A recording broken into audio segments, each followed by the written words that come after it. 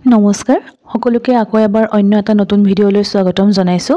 আজি আমি আলোচনা কৰিম কালচাৰ অফ আসামৰ কিছুমান ইম্পৰ্টেন্ট এমসিকিউজ যি এমসিকিউজ সমূহ আপোনালোকৰ আগন্তুক দিনত হ'ব লগা প্ৰতিযোগিতামূলক পৰীক্ষাসমূহত আহিব পৰাৰ সম্ভাৱনা আছে। গতিকে পলম নকৰি আমি ভিডিঅটো আৰম্ভ কৰোঁ বলক। প্ৰথমটো এমসিকিউজ আমি লৈছো যে কি জাপি কিহৰ প্ৰতীক ৰূপে গণ্য কৰা হয়। আমি এটো সকলোৱে নিশ্চয় জানো। গতিকে অপশনসমূহত দিয়া হৈছে সন্মান, শান্তি, মৰম, সমৃদ্ধি। এই যিসমূহ অপশন দিয়া হৈছে তাৰ ভিতৰত শুদ্ধ অপশনটো হ'ব অপশন নম্বৰ কটো সন্মান। জাপি কিহৰ প্ৰতীক হয়? জাপি সন্মানৰ প্ৰতীক হয়। আমি পিছৰটো প্ৰশ্ন চাওঁ। ২ নম্বৰ প্ৰশ্নটোত সোধা হৈছে যে আৰনাই কোনটো সম্প্ৰদায়ৰ পৰম্পৰাগত পোছাক? বড়োসকলৰ, নে ৰাভাসকলৰ, কাৰ্বিসকলৰ, ডিমাছাসকলৰ? গতিকে অপশনসমূহৰ ভিতৰত শুদ্ধ অপশনটো হ'ব অপশন নম্বৰ কটো বড়োসকলৰ। আমি পিছৰটো প্ৰশ্ন চাওঁ। ৩ নম্বৰ প্ৰশ্নত সোধা হৈছে ভোৰতাল নৃত্যৰ প্ৰতিষ্ঠাপক কোন বুলি কোৱা হয়? অপশনসমূহত দিয়া হৈছে শংকৰদেৱ, ২ নম্বৰ অপশনত দিয়া হৈছে ভূপেন হাজৰিকা, ৩ নম্বৰ অপশনত দিয়া হৈছে নৰহৰি বুঢ়াভকত আৰু ৪ নম্বৰ অপশনত দিয়া হৈছে মাধৱদেৱ। গতিকে অপশনসমূহৰ ভিতৰত শুদ্ধ অপশনটো হ'ব অপশন নম্বৰ কটো নৰহৰি বুঢ়াভকত। এওঁ হৈছে ভোৰতাল নৃত্যৰ প্ৰতিষ্ঠাপক। আমি পিছৰটো প্ৰশ্ন চাওঁ। ৪ নম্বৰ প্ৰশ্নত সোধা হৈছে ভোৰতাল নৃত্যৰ আৰম্ভণি কোন ঠাইৰ পৰা হৈছিল? যিসমূহ অপশন দিয়া হৈছে অপশনসমূহৰ ভিতৰত শুদ্ধ অপশনটো হ'ব অপশন নম্বৰ খটো বৰপেটা। বৰপেটাৰ পৰা ভোৰতাল নৃত্যৰ আৰম্ভণি হৈছিল। আমি ৫ নম্বৰ প্ৰশ্নটো চাওঁ।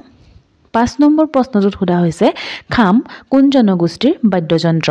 গতিকে যিসমূহ অপশন দিয়া হৈছে অপশনসমূহৰ ভিতৰত শুদ্ধ অপশনটো হ'ব অপশন নম্বৰ গটো বড়ো। বড়ো জনগোষ্ঠীৰ বাদ্যযন্ত্ৰ এবিধ হৈছে কি খাম।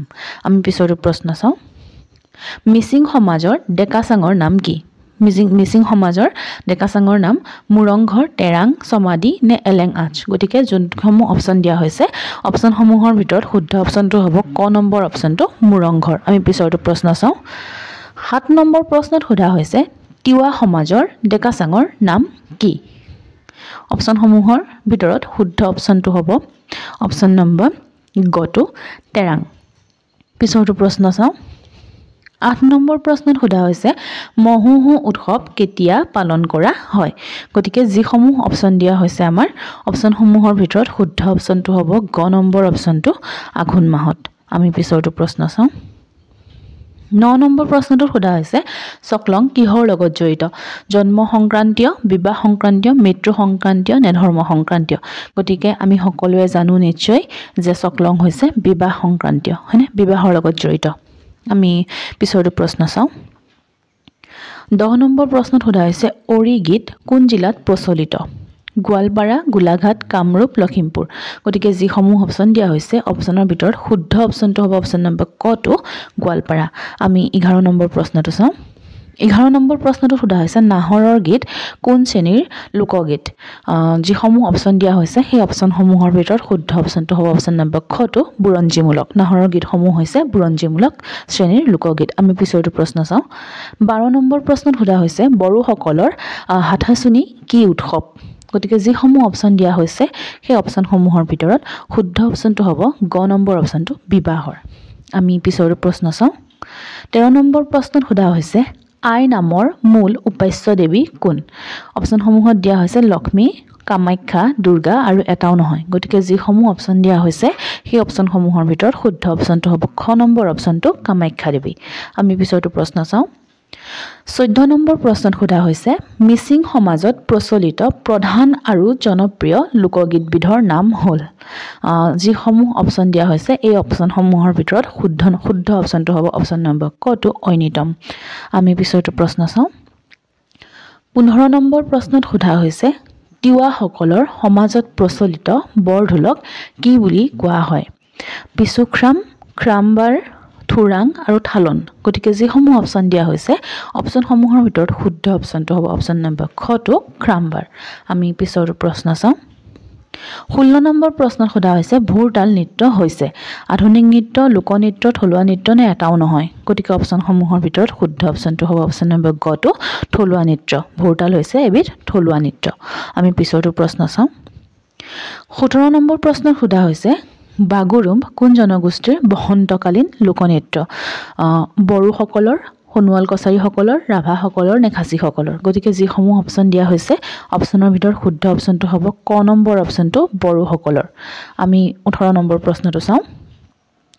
18 নম্বৰ প্ৰশ্নটোত সোধা হৈছে মহ যুঁজ কিহক কেন্দ্ৰ কৰি উদযাপন কৰা হয়? মাঘ বিহু, বহাগ বিহু, দৌল উৎসৱ নে কাতি বিহু? অপশ্যনসমূহৰ ভিতৰত শুদ্ধ অপশ্যনটো হ'ব অপশ্যন নম্বৰ কটো মাঘ বিহু। আমি ইয়াৰ লগে লগে 19 নম্বৰ প্ৰশ্নটো চাওঁ। 19 নম্বৰ প্ৰশ্নটোত সোধা হৈছে নাও খেল কোন সংস্কৃতিৰ অৱদান? আহোম সংস্কৃতিৰ, বৈষ্ণৱ সংস্কৃতিৰ, ৰাভা সংস্কৃতি নে কাৰ্বি সংস্কৃতি? গতিকে অপশ্যনসমূহৰ ভিতৰত শুদ্ধ অপশ্যনটো হ'ব অপশ্যন নম্বৰ খটো বৈষ্ণৱ সংস্কৃতিৰ অৱদান হৈছে কি আমাৰ নাও খেল। আমি পিছৰটো প্ৰশ্ন চাওঁ। 20 নম্বৰ প্ৰশ্নত সোধা হৈছে কাহুদি কি? এবিধ মূৰত পিন্ধা সাজ, এবিধ তিতা ব্যঞ্জন, খুন্দা সৰিয়হৰে তৈয়াৰী এবিধ অসমীয়া মুখৰোচক টেঙা খাদ্য নে এবিধ জনজাতীয় খাদ্য? গতিকে অপশ্যনসমূহৰ ভিতৰত শুদ্ধ অপশ্যন হ'ব গ নম্বৰ অপশ্যনটো খুন্দা সৰিয়হৰে তৈয়াৰী এবিধ অসমীয়া মুখৰোচক টেঙা খাদ্য।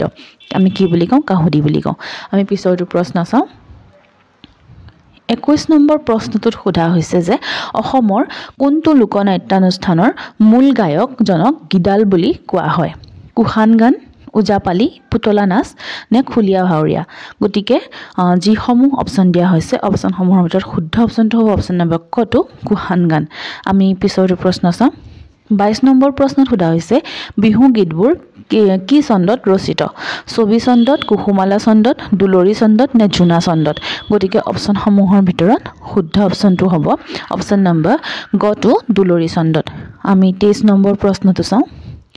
23 নম্বৰ প্ৰশ্নটো সোধা হৈছে তলত উল্লেখিত কোনবিধ সামগ্ৰী তাঁতশালৰ লগত জড়িত নহয়? উখোন, চিৰি, নিগনি সূতা, দ্ৰুপদী। এইটো প্ৰশ্নৰ উত্তৰ আমি সকলোৱে নিশ্চয় জানো হয়নে? উখোন হ'ব ইয়াৰ উত্তৰটো ক নম্বৰ অপশ্যনটো। কাৰণ উখোন আমি কেতিয়া ব্যৱহাৰ কৰোঁ? যেতিয়া মৰণা মাৰে। তাঁতশালত ইয়াৰ ব্যৱহাৰ নহয়। আমি পিছৰটো প্ৰশ্ন চাওঁ। 24 নম্বৰ প্ৰশ্নটোত সোধা হৈছে যে স্থাপত্য শিল্পৰ প্ৰাচীনতম নিদৰ্শন ক'ত পোৱা যায়?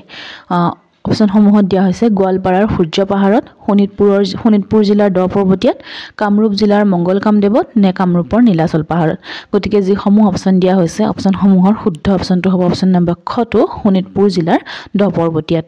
আমি 25 নম্বৰ প্ৰশ্নটো চাওঁ আৰু এইটো হৈছে আজিৰ শেষৰটো প্ৰশ্ন। গতিকে আপোনালোকে কমেণ্ট বক্সত জনাব আজি 25টা প্ৰশ্নৰ ভিতৰত আপোনালোকে কিমানটানো শুদ্ধ কৰিলে। আৰু চেনেলটোত যদি প্ৰথমবাৰৰ বাবে আহিছে তেনেহ'লে চেনেলটো ছাবস্ক্ৰাইব কৰিব, লগতে বেল আইকনটোত হিট কৰিব, এটা লাইক কৰি আমাক উৎসাহিত কৰিব আৰু লগতে কমেণ্ট কৰি জনাব যে আপোনালোকৰ বাবে আৰু কেনেধৰণৰ ভিডিঅ' লৈ আহিব লাগে। গতিকে আমি শেষৰ প্ৰশ্নটো এতিয়া আলোচনা কৰোঁ বলক।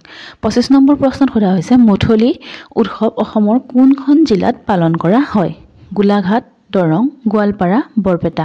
গতিকে যিসমূহ অপশ্যন দিয়া হৈছে অপশ্যনসমূহৰ ভিতৰত শুদ্ধ অপশ্যনটো হ'ব অপশ্যন নম্বৰ খটো দৰং। দৰং জিলাত কি কৰা হয়? মুথলি উৎসৱ পালন কৰা হয়।